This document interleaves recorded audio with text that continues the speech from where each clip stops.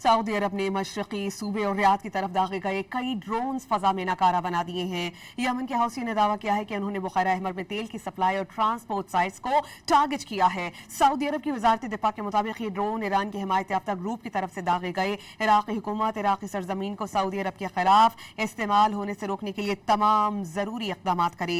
इससे कबल यमन के हौसी ने दावा किया कि उन्होंने सऊदी अरब की तेल की तनसीबात पर हमला यमनी फजाई हदूद में सऊदी अरब की ड्रोन कार्रवाई के जवाब में किया।